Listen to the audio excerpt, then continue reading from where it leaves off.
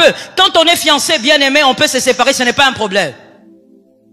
Voilà pourquoi je dis aux sœurs, il faut se préparer moralement. Hein. Quand tu aimes un garçon, il ne faut pas venir après nous dire, maman, j'ai tout donné. Tu as tout donné pourquoi? C'est ton mari? On donne tout à ton mari. Toi, tu as tout donné alors que ce n'est pas ton mari. Les fiançailles ne sont pas les mariages. Les fiançailles, ça n'a rien à voir avec le mariage. C'est les débuts.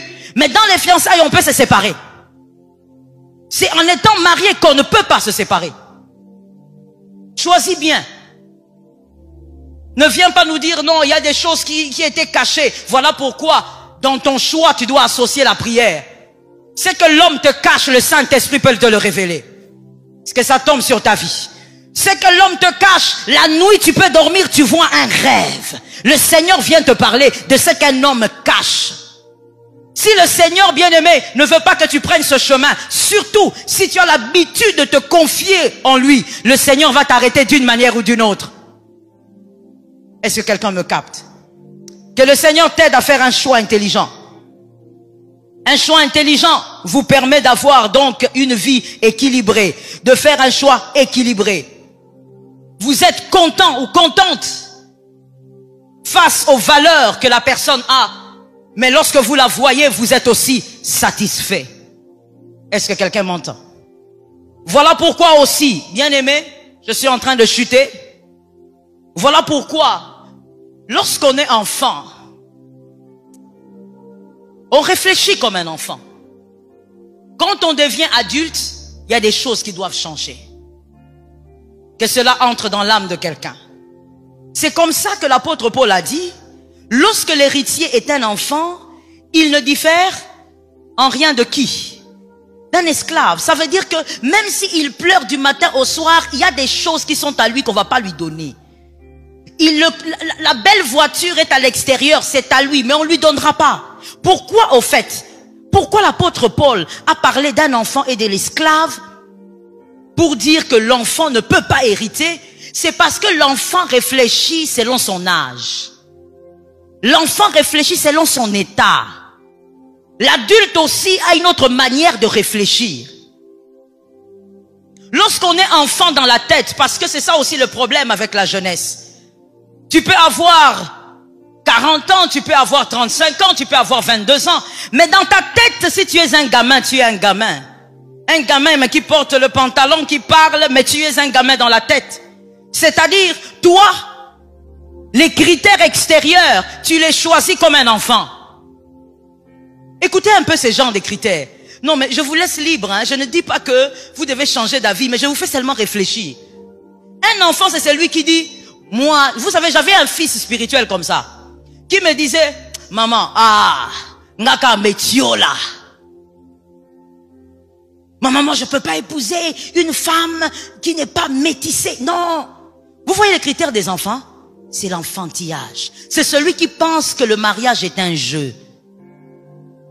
Celui qui dit non, non, non, moi il faut seulement une femme sombre. Est-ce que tu comprends ce que tu dis? Est-ce que tu comprends les enjeux? Est-ce que tu comprends de quoi il s'agit? Il ne s'agit pas de se limiter à la peau. Il ne s'agit pas de se limiter à la taille. Il s'agit d'une destinée qui est en jeu. Et ce qui est triste, c'est d'abord ta propre destinée qui est en jeu. La personne qui te permettra d'accomplir la volonté de Dieu. Cette personne-là, qu'elle soit sombre, qu'elle soit claire, qu'elle soit je ne sais pas comment, si c'est elle la personne, et si elle a les valeurs du Seigneur en elle, frère, réfléchis bien. Ma sœur, réfléchis bien. Ne fais pas un choix à cause des regards des hommes. Ça aussi, c'est la jeunesse. Vous choisissez pour que les autres acclament votre choix. Monsieur, votre femme, elle sera à vous. Ce n'est pas la femme du monde entier. Vous n'avez pas besoin que votre femme soit la plus belle du département. Non, moi je veux seulement celle-là. Pourquoi tu veux seulement celle-là? Parce que tu as des choix d'enfant. Tu es un enfant mais en pantalon. Tu es une fillette mais tu as 25 ans. Mais tu es une fillette. Dans la tête tu es une fillette. Tes choix sont les choix des enfants. Voilà pourquoi Dieu ne donne pas l'héritage. Tu pries, on t'a imposé les mains autant de fois. Mais l'homme ne vient pas. La femme aussi de ta vie ne vient pas. Parce que, au fait, tu n'as pas l'âge de recevoir l'héritage. Dans ta tête, tu es un gamin. Tu as des choix qu'un homme adulte ne peut pas faire. Tu as des critères qu'un homme adulte ne peut pas faire. Vous savez, quand j'étais enfant, je ne pouvais pas avoir sur ma table les légumes, le poisson. Jamais. Quand ma mère insistait, je courais vers celui qui était l'intercesseur. C'était mon père. Mon père qui dit non, non, non, non, laissez-la. Et moi je suis contente. Je me réjouis. Je fais des mois et des mois, des années même. Je mange que la viande. On m'a même surnommé carnivore. J'étais contente. Tant que papa était là. C'est bon. Mais lorsqu'on a grandi et qu'on a compris les méfaits de la viande, personne ne m'a demandé d'arrêter. Moi-même. Dès que je vois ça, j'ai l'impression que vous voulez me faire du mal. Lorsqu'on grandit, les choix, les critères se modifient. Pourquoi? À cause des informations qu'on a. À cause des nouvelles informations, les choix se modifient. Les choix sont modelés. Parce qu'on a des nouvelles informations. Je dis à quelqu'un au nom de Jésus, ne sois pas un gamin en pantalon. Ne sois pas une fillette à 25 ans, à 22 ans, à 18 ans. Que les informations que les hommes de Dieu te donnent, et même dans ces séminaires, fassent un peu grandir ta façon de voir la vie, de voir le mariage, de voir l'homme de ta vie, de voir la femme de ta vie. Que ça change à l'intérieur de toi. Que le Seigneur nous aide. Si votre plaisir visuel n'est pas capable de vous amener à vivre ou à accomplir les promesses de Dieu qui reposent sur votre tête, bien-aimé, oublie ça. Le plaisir visuel, c'est bien. Mais si ce plaisir ne te permettra pas d'accomplir le plan de Dieu, ça ne sert à rien. Vous savez, quand on a des problèmes dans un foyer, quand on a des problèmes dans un mariage, il y a des tiraillements sérieux. On ne voit pas la beauté de la femme. La beauté de l'homme aussi, on ne voit plus. Vous verrez un homme avec une belle femme laisser la femme à la maison partir. Je veux prendre de l'air. Pourquoi? Parce que ça ne va pas. On oublie même qu'on a une belle femme devant soi. On oublie que l'homme est beau. Il t'énerve tellement que tu as envie de disparaître. Il faut voir au-delà du physique. Il faut voir au-delà de l'aspect extérieur. Ne vous faites pas piéger par le diable. Ne me dis pas, maman, je vais épouser cette fille. Elle me coupe le souffle. Elle te coupe le souffle? Je parle au frère. Elle te coupe le souffle. Dans le mariage, elle va te couper la respiration. Elle te coupe le souffle. Dans le mariage, tu ne vas plus respirer. C'est-à-dire, tu vas agoniser. Tellement que, tu sais, une fois j'ai observé, un couple m'a appelé, il me dit, maman, viens un peu ici, si tu ne viens pas. J'ai dit, c'est bon, calmez-vous. J'arrive là. La femme est assise, l'homme est là devant la femme. Comme il ne peut pas la toucher, il ne peut pas la gifler, il est en train de gonfler comme un lion.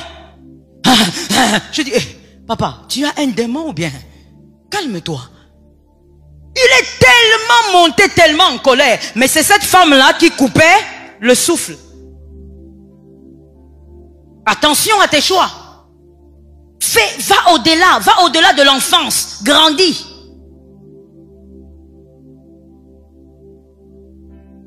Que le Seigneur nous fasse grâce.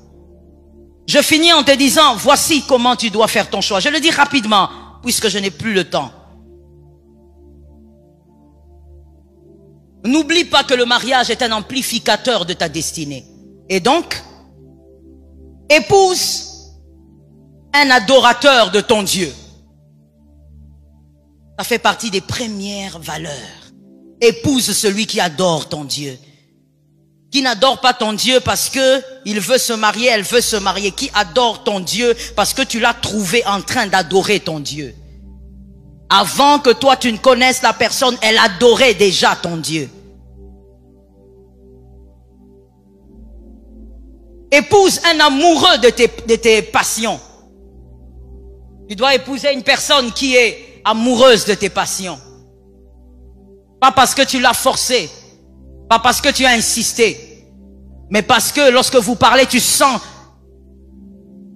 que la personne est aussi amoureuse de tes passions.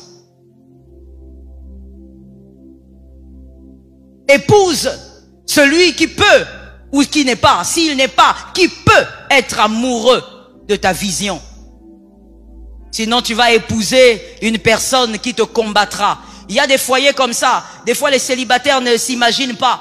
Mais il y a des foyers comme ça. Et je ne parle pas de chez les païens, je parle au milieu des chrétiens. Ils sont ensemble, vous les voyez ensemble. Mais le premier adversaire de l'homme, c'est cette femme-là. Et vice versa. Ils se combattent gravement. Celui qui détruit la vision de l'homme, c'est sa propre femme. Celui qui détruit la vision de sa femme, c'est l'homme. Il y a des foyers comme ça. Dans le milieu chrétien, épouse celui qui peut être amoureux de ta vision. Épouse celui qui aime la droiture. Je veux que quelqu'un me dise Amen. Épouse celui qui est amoureux de la droiture. Madame, mademoiselle, puisque tu n'es pas encore madame, tu es fiancée. Ton fiancé t'amène derrière je ne sais pas quoi. Derrière un arbre bizarre. Là où il fait noir. Non, je veux dire une chose, hein. Les filles, les jeunes sœurs, vous êtes des aventurières. Tu acceptes d'aller côte à côte avec un homme, comme allant à l'abattoir. Pendant qu'il t'amène et que vous laissez la lumière derrière vous, tu vois bien. Vous êtes en train d'aller là où il fait noir, tu vois. Et quand vous arrivez là-bas, il commence à déboutonner ta blouse, il commence à te tripoter. Toi, tu appelles ça l'amour. Toi, tu appelles ça une preuve d'amour. Celui qui n'est pas juste avec Dieu ne sera pas juste avec toi. Celui qui peut trahir Dieu peut te trahir. Je parle aux femmes. Je parle d'abord aux femmes. Ne t'étonne pas demain que tu l'épouses, il devienne adultère. Ne viens pas courir chez le pasteur ici. Pasteur, même Louis, il est frère, il est dirigeant, il est ceci. Non. Au moment des fiançailles, Dieu t'avait révélé que si cet homme-là peut trahir Dieu, c'est que même toi, la femme-là, il te trahira. Celui qui n'est pas juste droit envers le Seigneur, il ne sera pas envers toi. Celui qui t'amène derrière ces buissons-là, celui qui t'amène derrière ces arbres, toujours pour te tripoter, et tu trouves ça normal. Et ce qui est choquant encore aujourd'hui, je le disais à une sœur il y a quelques mois, c'est tellement décevant, mais nous comprenons, quand nous lisons la parole de Dieu, nous comprenons que nous sommes évidemment à cette époque où les hommes sont devenus tellement pervers. Aujourd'hui, ça ne dit plus rien aux filles. Que tu sois tripoté par 5 hommes, 6 hommes, ça ne dit rien. Elles trouvent que c'est rien du tout. C'est une histoire qui est passée, c'est arrivé, c'est arrivé. Bien-aimés, les valeurs bibliques ne changeront pas à cause du temps. Les valeurs bibliques ne changeront pas à cause de l'époque. Les valeurs bibliques restent. Il n'est pas normal que toi, une femme célibataire, tu sois tripotée par 15 hommes, par 20 hommes, par 20, je ne sais combien. Ce n'est pas normal. Comment veux-tu épouser un homme qui t'a tripoté et il te dit même que je vais t'épouser? C'est moi qui sera ton mari. Où est le problème? On peut commencer maintenant. Tu n'as rien compris. Tu acceptes et puis tu dis oui, c'est vrai. D'ailleurs, c'est toi qui vas m'épouser. Il te trahira aussi. Celui qui a trahi plus grand que toi te trahira. Il a trahi Dieu, il te trahira. Monsieur, je viens à vous. Pendant que tu te plais dans le péché, pendant que tu te plais dans des choses que le Seigneur n'agrée pas, tu es en train de détruire les choses les plus précieuses que Dieu t'a données.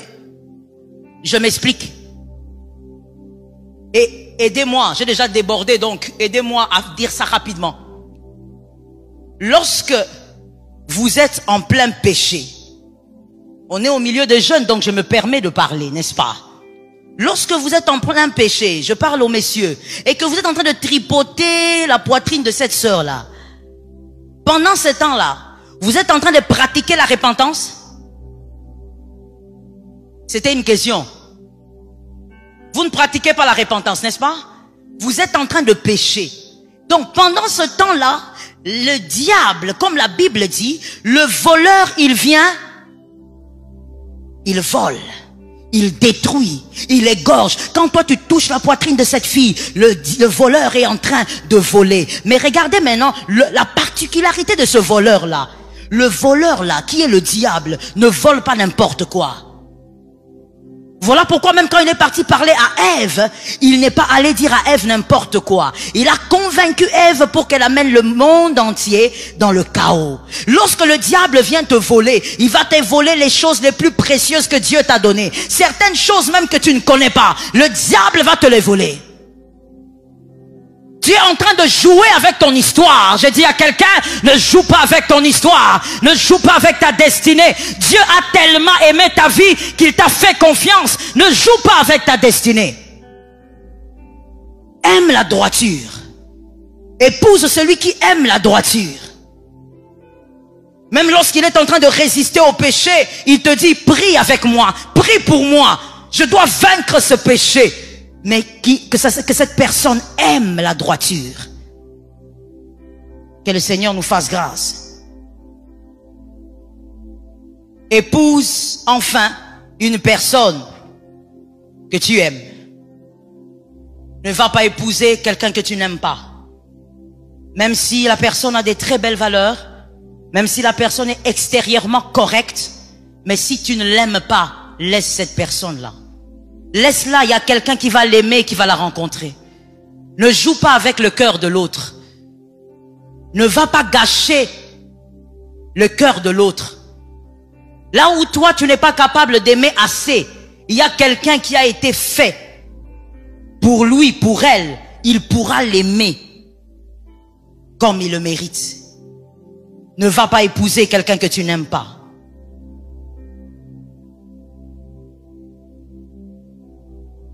Ne vous mariez jamais par contrainte, je l'ai dit. Ne vous mariez jamais par contrainte. Ça va restreindre votre champ de gloire. Et pourtant, ton champ de gloire est puissant. Ton champ de gloire est grand. Ton champ de gloire est attendu par plusieurs. Tu ne béniras pas que les hommes dans cette assemblée, mais tu béniras les hommes dans le monde. Ah, celui qui a dit amen pour le premier, au fait, il a reçu la grâce. Il ne faut pas rêver dans la présence de Dieu. Quand l'onction se dégage, il ne faut pas rêver. Ton champ de gloire va bénir plusieurs qui viendront récolter la grâce. Tu es tellement précieux pour Dieu et les anges savent que tu es précieux. Mais si tu ne donnes pas la valeur à ta destinée, c'est parce que tu limites ta vie au pantalon que tu as porté. Tu limites ta vie à la chemise que tu as portée, à la jupe que tu as portée. Ça, ce n'est pas toi. Ce n'est qu'une partie de toi. Ce n'est qu'une page de ta vie. Mais la personne que tu es la gloire et la fierté de Dieu. Ne permets pas au diable de t'arracher ça. Ne permets pas à un mauvais mariage de détruire ta destinée. Que l'Éternel te rende capable de faire un choix intelligent et qu'il mette l'onction dans ton choix au nom de Jésus-Christ.